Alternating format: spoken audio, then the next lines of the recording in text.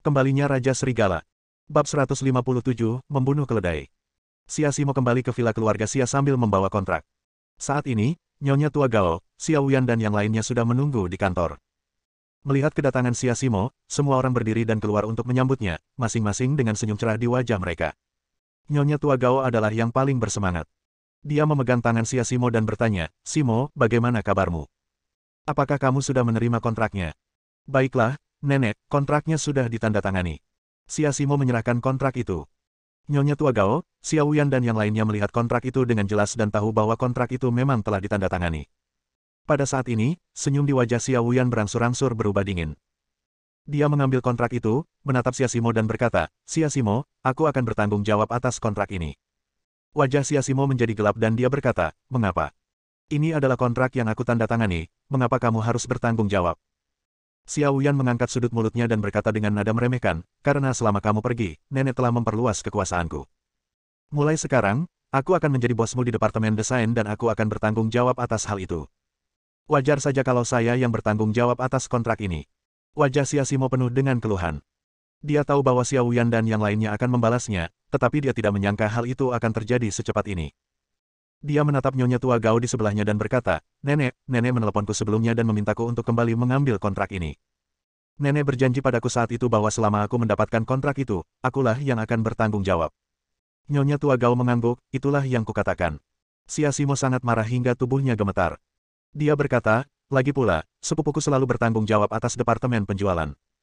Dia tidak pernah berpartisipasi dalam proses desain dan tidak mengerti desain. Bagaimana dia bisa bertanggung jawab? Kamu tidak perlu khawatir tentang itu."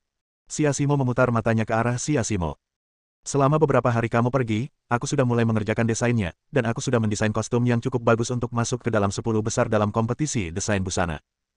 Nyonya Tua Gao di sampingnya juga mengangguk dan berkata, "Baiklah, karena Wuyan sudah siap, biarkan dia yang mengambil alih kali ini."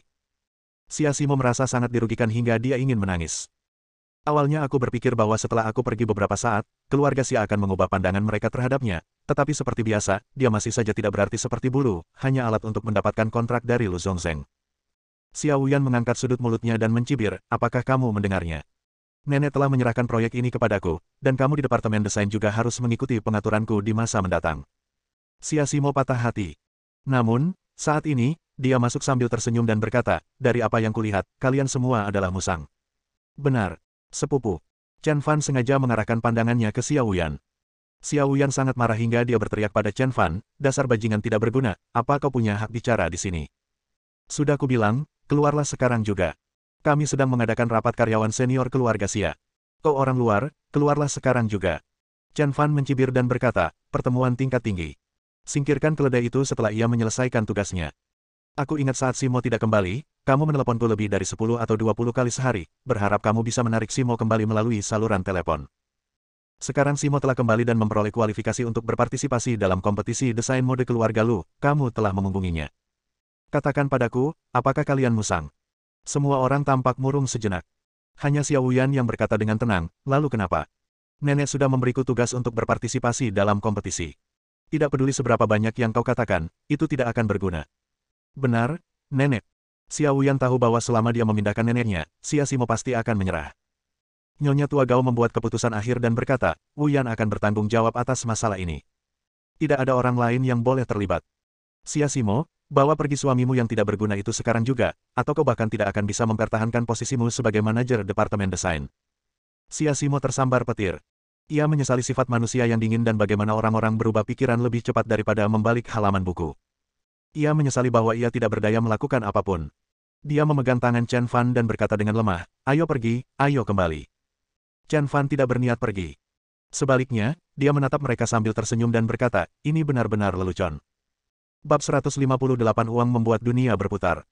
"Dasar bajingan tak berguna, apa yang kau tertawakan?" Xia Simo sudah lama tidak senang dengan Chen Fan. Sekarang neneknya ada di pihaknya, tentu saja dia ingin melampiaskan amarahnya. Chen Fan tersenyum dan berkata, "Saya menertawakan ketidaktahuan dan lamunanmu. Chen Fan, siapa yang kau marahi? Sebagai seorang junior, beraninya kau bersikap tidak beradab di depan wanita tua itu. Apakah Xiao Wenchang yang mengajarimu?" Deng Hongjun segera menemukan kelemahan Chen Fan dan mulai memarahinya. Saat ini, Nyonya Tua Gao sudah memperlihatkan ekspresi yang sangat jelek. Chen Fan sama sekali tidak peduli dan melanjutkan, jika kamu dapat membaca kontraknya dengan cermat, kamu tidak akan ingin memonopolinya. Xiao Wuyan menyipitkan matanya dan berkata, Chen Fan, apa maksudmu? Sangat sederhana. Kontrak ini sepenuhnya disesuaikan menurut Simo, bukan keluarga Xia. Juga, klausul terakhir kontrak tersebut adalah bahwa Xia Simo harus bertanggung jawab atas kontrak ini, jika tidak kontrak tersebut akan batal. Saat Chen Fan berbicara, Xiao Wuyan juga mulai membaca. Benar saja, protagonis kontrak ini adalah Xia Simo, dan klausul terakhir memang mengandung kata-kata bahwa Xia Simo harus bertanggung jawab. Ledakan. Xiao Wuyan merasa seperti disambar petir di siang bolong, dan pikirannya menjadi kosong. Xia Simo, kau jalang, kau kejam sekali, kau benar-benar mempermainkan kami. Xia Simo juga bingung. Sebenarnya, jika Chen Fan tidak memberitahunya, dia tidak akan tahu tentang ini. Yang membuatnya semakin penasaran adalah bahwa kontrak itu selalu ada di tangannya, jadi bagaimana Chen Fan mengetahuinya. Setelah membaca kontrak itu, wajah Nyonya Tua Gao dipenuhi dengan kepahitan. Mereka tidak pernah menyangka bahwa Xia Simo akan melakukan hal ini kepada mereka. Mereka meremehkan rencana Xia Simo. Xiao Wuyan yang berdiri di sampingnya, memegang tangan Nyonya Tua Gao dan berkata dengan genit, Nenek, kamu berjanji padaku bahwa kamu akan membiarkanku bertanggung jawab. Nyonya Tua Gao menghela napas dan berkata, karena bosmu secara khusus meminta Xia Simo untuk bertanggung jawab, maka Xia Simo akan bertanggung jawab atas masalah ini.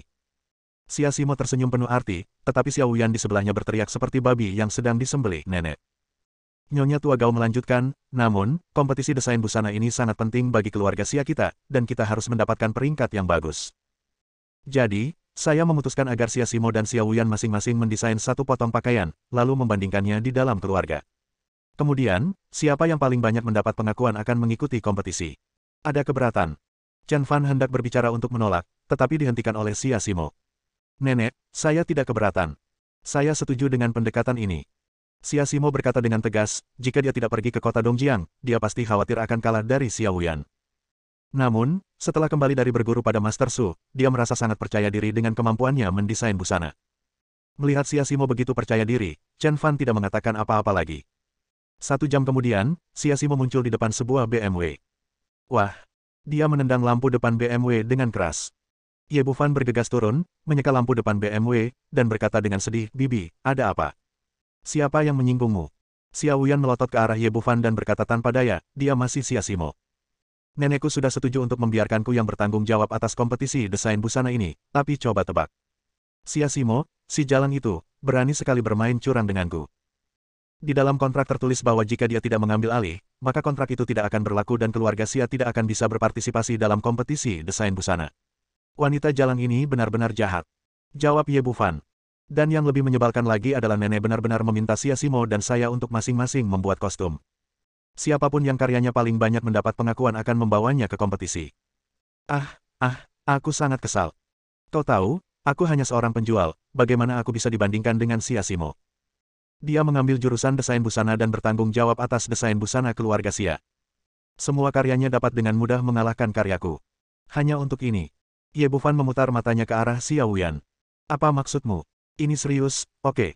Kata Xiao Wuyan dengan tidak sabar. Ye Bufan tertawa dan berkata, meskipun kamu bukan lawannya dalam desain, kamu memiliki kelebihan. Xiao Wuyan melotot ke arah Ye Bufan dan berkata dengan marah, jangan bertele-tele padaku, bicaralah langsung saja. Ye Bufan berkata dengan licik, kamu kaya. Seperti kata pepatah, uang membuat dunia berputar. Teruslah bicara. Xiao Wuyan juga memiliki tatapan tajam di matanya. Ye Bufan mendekatkan diri ke telinga Xiao Wuyan dan mulai bergumam. Pada akhirnya, Ye Bufan tertawa, dan Xiao Wuyan juga mencibir. Xia Simo, era ini tidak membutuhkan bakat apapun. Seperti kata pepatah, uang membuat dunia berputar. Mari kita tunggu dan lihat. Bersambung.